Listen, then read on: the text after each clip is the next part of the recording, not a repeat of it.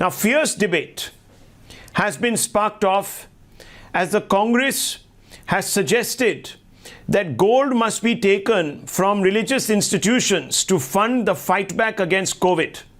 Former Chief Minister of Maharashtra, Prithviraj Chavan, says gold worth $1 trillion can be borrowed through gold bonds at low interest rate. Temple trustees, however, see red over this demand. They feel Congress is singling out gold in temple trusts, which belong to the deity alone.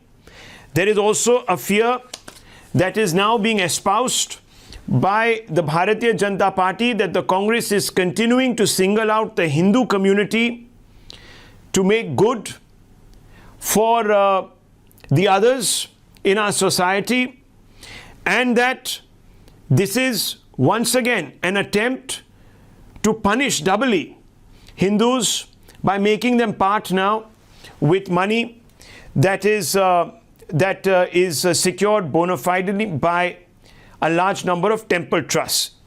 So here is what Prithviraj Chavan said. He said, immediately appropriate all gold of religious trusts worth at least 1 trillion as per World Gold Council, borrow it through gold bonds at low interest rates, spend on middle class and poor for spending capacity. But viewers, the controversy is breaking out because a large number of individuals are saying, not just who run the temple trusts, but also in the BJP and other activists are saying that what about Waqf land? The Waqfs own huge amounts of land. Bengal's Sunni Waqf board properties are 13,000 crore estimated. Bengal Shia Waqf properties 5,424 crores. Sunni Waqf board properties 99,000 crores. Shia Waqf properties 688 crores. Why can't they be leveraged? Why can't these properties be used in different ways to provide shelter, homes to the migrants in the interim, free of charge, so they don't have to pay rent and they can earn to recuperate their losses and feed their families. Now, viewers, it is true that under the Congress regime, attempts have been made to appropriate the wealth of temples. And this is true, viewers, across, in fact, various states. Let's just have a look at that graphic. The Padmanabhaswamy Temple, Kerala, coffers hold $22 billion. The Devasam Act in 1950, government retained control after the British. This happened under Congress Chief Minister PTK Narayana Pillai. So the BJP's first charge seems to be coming true here. Total temple gold is 3,000 to 4,000 tons as per the World Gold Council, and a Devaswam board was set up. It was brought under government control. Again, the Sri Venkateswara Temple, Tirumalu, coffers hold $11 billion, 1966 act by AP government. It was again a Congress Chief Minister, KB Reddy. Let's have a look at the next case. There you see Vaishno Devi Temple, coffers hold 1.2 tons of gold.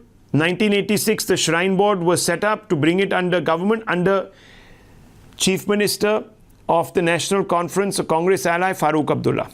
Let's look at the Siddhi Vinayak Temple. Same thing, under Congress Chief Minister A.R. Antule, once again, 1980 Act set up the trust, and you see what happened. The Siddhi Vinayak Temple also came under government control. And there are many such examples, viewers. Is there truth to the suggestion that for the Congress party, the Hindu community is a soft target? Let's open this out for debate. And I want to first begin by asking this question of Dr.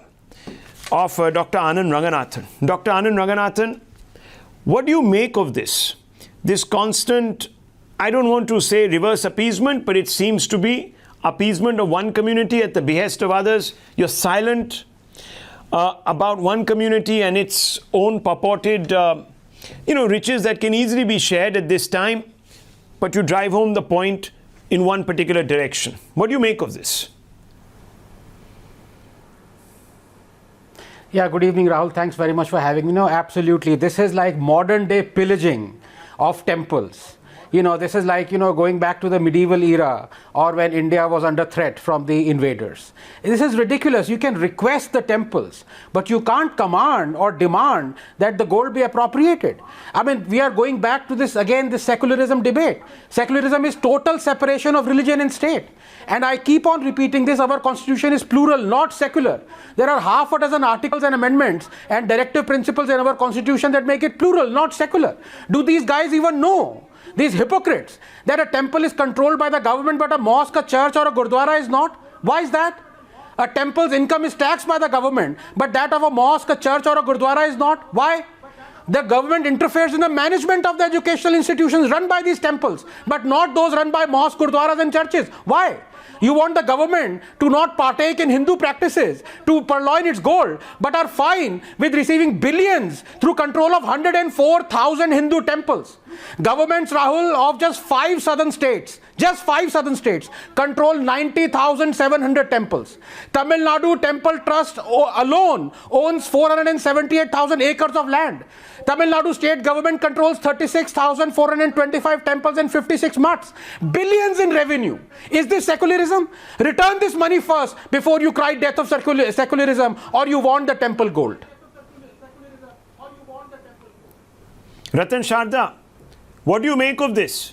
Selective secularism by the Congress party, appeasement, a targeting of a community to try and rally a vote base? How do you see it?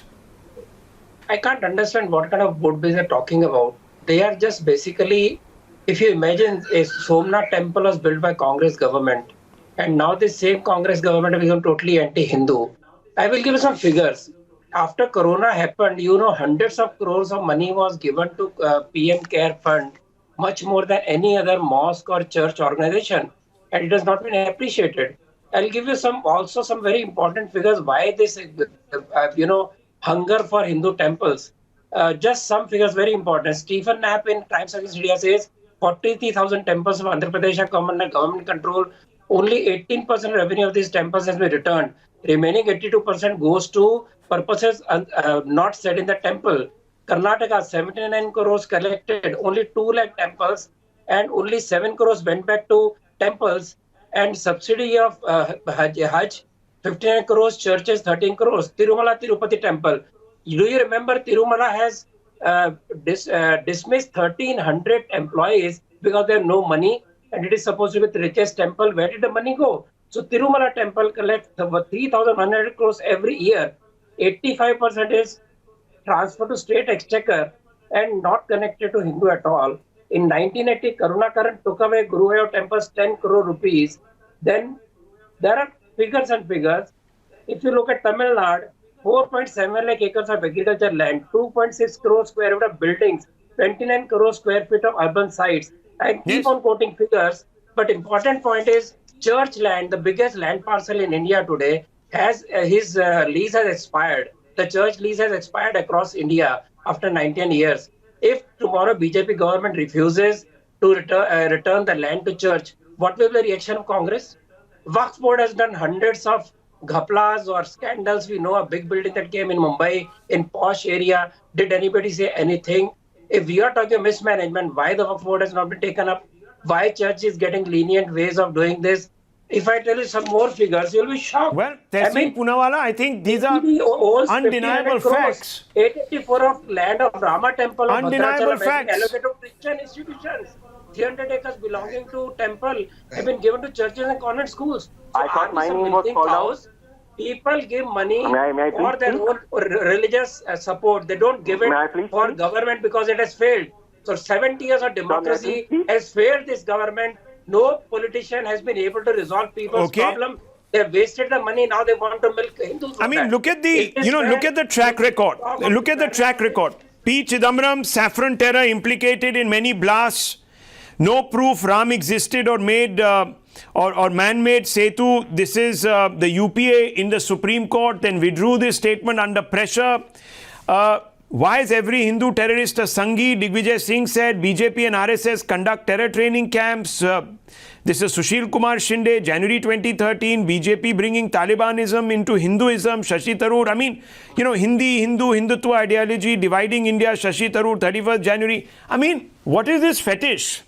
Explain to me. Tehseen Poonawalla. And then you talk about being secular in your output. You talk about being the defenders of secularism in this country. How does this work? Thanks, Rahul. I believe I speak about being defenders of the constitution in this country. Now, that includes secularism. Now, there are a lot of questions put, so let me answer it. To begin with, let me start with your point. Nobody has a copyright on Hindus. The same Mr. Gaurav Bhatia's party admitted Naresh Agarwal from Gaurav Bhatia's state who said I'm sure, sir. And certainly not the Congress party. To use, abuse as you want. Funds being exploited for political purposes. Debate because the minute I have my say, all those nonsense people. Where is the money? Because you're making, you are making, sir. Please, let's be responsible. Look, I'm not going to allow you to use this platform to make, one second, untrammeled remarks just because you want to trend on Twitter. Tehseen Poonawalla, that's not acceptable. Okay? So please limit yourself. Be respectful of other people's traditions and their views. Okay? So now come back to the argument that I extended out to you and the question I asked you. I'm not here to give you a platform for Twitter. Okay? You come with your research and you answer to the point. Sir, with due respect to you, I don't need a platform. No, you answer me. Should all Waqf properties be used? No, should all Waqf properties be used forthwith to house migrants and give them, and give them free apartments or tenements to live in for the next 1 year? You answer that question tonight. I will answer everything that was thrown at me. A, BJP took Naresh Agarwal that said Ram Mein Hai Shri Ram and Mahesh Sharma in Parliament said there is no proof of Sita. Now I will come to the questions that you raised. Forget Naresh Agarwal. The questions that you raised specifically is... Talk about one second. I won't be interrupted. Look, if you're going to interrupt me, don't have me on the show or let me speak. Please, gentlemen, one at a time. Let Tehseen make his 2 points. Tehseen, make your 2 points clearly. Then we can all rebut. No problems. We've got all the time. Yes, Tehseen, make your point quickly. Thank you. Anand is a great thinker of petty ideas and petty issues. So here is the answer to the questions you specifically raised in Anand. In 2012, 13, 14, A. Rahman Khan, the then Congress Minister for Minority Affairs, asked for the digitization of the Waqf properties. That work had started. Guess who stopped it? It was stopped by Naqvi and Narendra Modi. The reason of the digitization was so that these properties could be given to the government, so some revenue Rahul, could be because my name has been taken. That could, look, if I'm going to be interrupted, it doesn't. Yeah, 1 second. Let him make his point. You can respond. Yes. Yeah. The digitization. Okay. So that the revenue Number 2, what's your second point? Yeah. So you're factually incorrect. Second point. All Prithviraj Chavan said was, if you have gold, if you have any other property, you give it as a bond to the government and the government gives them interest so that it can come to the help of people. Now, Rahul Easwar is here. And you see, you haven't still answered the basic question. Do you support the surrender of Waqf properties to the government for a period of 1 year or maybe even 2 years to house the dispossessed? It's a very simple question. Yes, no. My answer to you is this. This proposal was already made by the government that please take it and give us and give it you to see, people there you who go. need it. There is no answer. There you go. I just wanted a clear yes and no, but I'm being given a tendentious answer. Okay, 1 minute. Dr. Anand Ranganathan wants to respond to you. Rahul Easwar and Gaurav Bhatia want to come into this. Yes, Rahul Easwar. First, Dr. Ranganathan, respond to Tehseen. 1 minute. Yes, Dr. Ranganathan.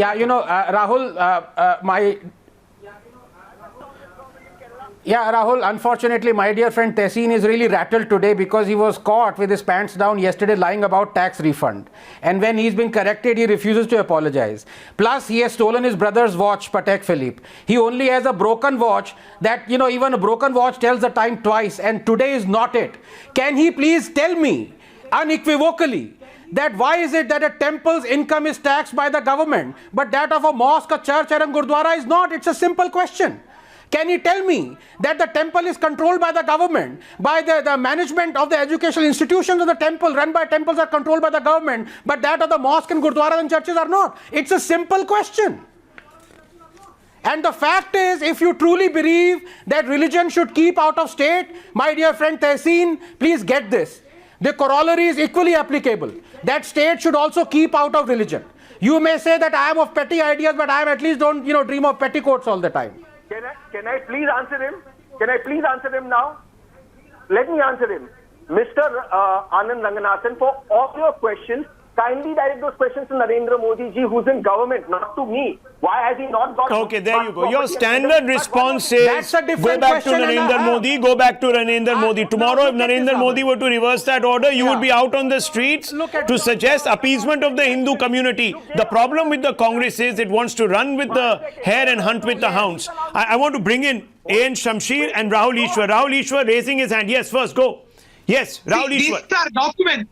Please remember, these are documents from 1812, then 1924, 1936. It was a British imperialist manipulation to control our temples. That's the reason why they started temple boards. And 1947, India got independence, but our temples are still remaining under the government control, which was in effect, the temple under government was a British idea. And our temples have not gotten freedom. That's the reality. And with due respect, I'm a pluralist, I'm a Gandhian, but will the resources of our mosque be used for this? Will the church is one of the largest landholders in India. Can we use the land of the church for something else? Please remember, and one more very important point, please see the language. Prithviraj Chavan ji used the word appropriate the gold. Appropriate in English language means use it without permission. See, please remember, the gold in the temple belongs to the deity and devotees. It is out of devotion, centuries of culture and heritage and ritualistic purpose that devotees are remitting gold in the temple. And look at the irreverence and lack of respect when he uses a word called appropriate the gold lying in the temple. This is extremely unfortunate. That word is extremely problematic. The idea is extremely problematic. And please show reverence. This is the devotion of centuries of our forefathers. This is the devotion and culture of millennia. Yes. So please have that respect. It is highly unfortunate that this kind of attack on temple gold is there. Please remember, any snatching of temple gold is organized loot and legalized plunder, to quote Manmohan Singh ji on a different context. Okay, Mr. Shamsher, let me bring you in. Your Kerala state government continues to oversee Hindu temples. Why don't you discontinue that practice? Look, I'm not supporting the statement of Prithviraj Chavan. You're a communist government there. Don't believe in religion. Why are you blurring the lines between temple and state, church and state? Tell us. If it is a debate or one-man show, you have to react. If you're asking question, then you give chance to show some patience to hear my answer. You are not showing patience. You are asking questions over at the same time. And also, I want to make some points very clearly that we are not supporting the statement of Prithviraj Chavan. For the time being, there is no need to go behind the temples. At this juncture, we can collect the money from the super corporates. Both the Congress and the BJP have written off a lot of crores of rupees for the last 10 years. You can see 67,000 and 68,000, more than 69,000 crores are being written off to the corporates. So there is no need to go behind the temples. There is no need to go behind the churches or mosques. For this time being, both the BJP and Congress government, for the last 10 years, how many crores they have write off of the corporate? Where is Mehul Choksi? Where is Baba Ramdev? Where is Mr. Shamsher, let's not get into Choksi and all that. I want to ask you that there was some board. Ask for a contribution of 5 crores from the Guruvayur temple. Is it true or not? Yes. Okay, if you're so concerned, why don't you free? Yes, I think Rahul Easwar wants to respond to you. Since you don't like a one-man show, Rahul Easwar, my namesake Rahul, will ask you a question. Yes, Rahul Easwar. The money which fell in Shabarimala was used to argue against Shabarimala. Please remember that temples are controlled by politicians. Supreme Court has many a times told any kind of outside interference is not good. Temples should be left to believers. Devotees are those people who should rule the temple. And in the case of Chidambaram, Supreme Court said, please don't use the pretext of mismanagement to control and overrule the temple. See, please leave the temple to Hindu devotees, most to Muslim devotees, and church to Christian devotees. Let outside people, non-believers and politicians not interfere in our affairs. Is that not a very reasonable demand? Let church, temple, mosque, gurudwara, vihara all be independent. Why do you want state to intervene and have some kind of taking away of gold or any resource from them? You invited me, that's why I came here. Why are you not giving chance to me? Two parties, Rahul Easwar is a... Two parties, 1 second. Dr. Anand Ranganathan, two parties in this country fly the flag of secularism. Both political parties have blurred the lines between church and state, or church and temple, or state and temple, or what you have, in absolute disregard for any principle of secularism. What do you call this? What do you call this? No. Yeah, I mean, of course, you can call it anything, Rahul, but this is not secularism. You know, this is actually appropriating Hindu religion for your own gains. And as I said, billions and billions of dollars, maybe not even rupees. But I have to say this, you know, I know, of course, Tehseen asked a question and he was ignorant because of my past, you know, not knowing what I've said. But I have criticized Narendra Modi more than the Congress government because Narendra Modi has been in power for 6 years. It's all right, very well to say, as I have always said, that the Congress has looted Hindu temples because of all those acts. But the Narendra Modi government has been in power for 6 years. They should have removed it. So as I said, and Tehseen, you can check up, you know, what I've said, that Narendra Modi's government is not only in the business of running businesses, it is also in the business of running temples, and it shouldn't. But please answer one question, I dare you. The problem is, if he were to do it tomorrow, they would say India has become a Hindu Rashtra. There is rank appeasement for only one community. Verdicts go in the Hindu community's favor. Now, charity is being shown to Hindu temples. That is what will be said. And the first person who will say that is the Congress party and its leadership. Let me tell you that, viewers. The left will be just a second behind. An inch behind. And I just want to also, viewers, tell you about something that is quite sensational today. And we want to move on to this story. It is creating ripples. Now, there is a reference that was made by A.N. Shamsher, the left party MLA, who said, Mehul Choksi, we must get him back. This government is trying to deflect attention on other things. It's not catching the real looters. Well, today, viewers, you will be surprised to know, as we mount a case against Mehul Choksi, as well as Nirav Modi, his accomplice, in a UK court to extradite Nirav Modi, guess who's defending him?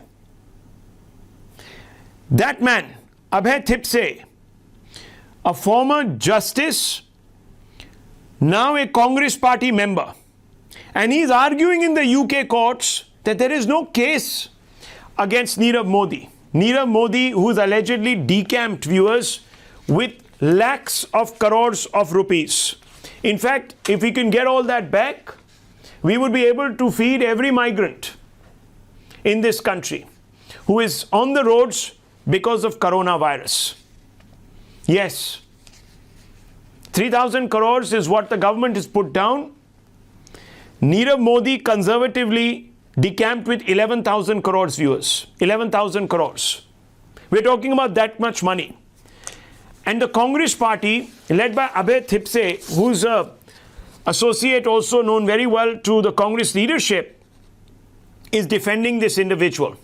He's saying, sensationally in court, charges leveled by CBI won't stand scrutiny under Indian law. He says statement by police will be inadmissible under Indian law. Unless someone is deceived, there can be no cheating under Indian law. He's suggesting that Nirav Modi never deceived anybody. Authority given to bank officials to issue LOUs isn't property. He says, I mean, he has taken it to bizarre lengths. I am not trying to judge Nirav Modi before the courts. But the facts are, viewers, and these are the facts, that even Interpol, after examining the evidence at hand, issued a red corner notice against fugitive, quote unquote, Nirav Modi. Indian court cleared the seizure of Nirav's assets to recover the alleged bank loot. Even that has been done. So prima facie, there is a very strong case. Nirav Modi has been sent to jail by moving UK court for extradition. That has also happened.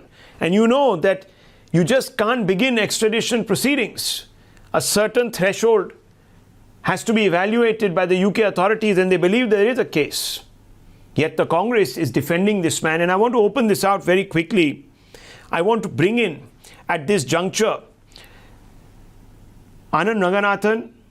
Once again, we had the BJP spokesperson with us. I think he's left the debate, Gaurav Bhatia. But Dr. Anand Ranganathan, look, Rahul, you know, there's an old chestnut. And many people say, look, everyone has a right to self-defense. But in this particular case, I think we are stretching the limits of credulity rather. MC Abbas is also there with us. we are Rahul. We are Rahul, and you know, well, we know now that the Congress loves at least one Modi. For more than a year, Rahul Gandhi and his media chums have been accusing others of trying to save Nirav Modi. And now it turns out a member of the Congress, a retired judge no less, is the one doing it. What is remarkable, Rahul, is that he told the court that Nirav did not deceive anyone. Really? What about the taxpayers who lost 10,000 crores, possibly more, because of the scam? Understandably, the silence in some media quarters is of library thickness. Remember, these are the same cretins who were crying death of justice and judiciary not long ago. They were the ones slandering Justice Sikri and Gogoi and Chandrachud and every judge under the sun who gave a judgment that wasn't to their liking. Two things here very quickly, Rahul, and both should be discussed. One, that a Congress leader defended a scam accused, and two, that this Congress leader is a retired judge. As for one, there is nothing new in this. The Congress preamble probably consists of a single line, which is that if on an off chance you can't commit a scam, then bhaiya, at least defend the person who did. And as for two, you will be shocked, Rahul, to learn such manipulation is second nature to them. A Supreme Court judge himself wrote once on how Congress routinely selected judges to courts. Not only that, it blocked appointment of judges to the Supreme Court if they were in any way associated with the ideology of the RSS, or even so much as attended the funeral of an RSS person, as Justice Chandorkar did of Gowalkar. This is from the book, I'm quoting verbatim, from the book Supreme Whispers by Chandrachud. Anyhow, it beats me why Rahul would send his friend to defend Nirav Modi so publicly. Perhaps he wants the latter to return the favor and defend him publicly in the National Herald case. बहुत याराना लगता है. Well, the Congress party, I think, is confused. They're sort of waxing eloquent about Nemo, perhaps thinking it's that dolphin, that sweet little dolphin. But there's nothing dolphinesque about, and let me tell you about, or buoyant about Nirav Modi. You know, he is not that dolphin. He is not that dolphin, you're right. He's not a friendly dolphin. MC Abbas is a dolphin that bit and allegedly looted a fair chunk, bit off a fair chunk of people's savings and decamped. That's the kind of dolphin he is. This is not that Nemo, MC Abbas. And you know, my colleague today in an edit meeting came up and said, can it be said, sir, that the Congress is putting client above country? And I immediately said, well, let's ask that question. MC Abbas, client is more important than a country to you. The Congress ecosystem, shocking. Profit everywhere.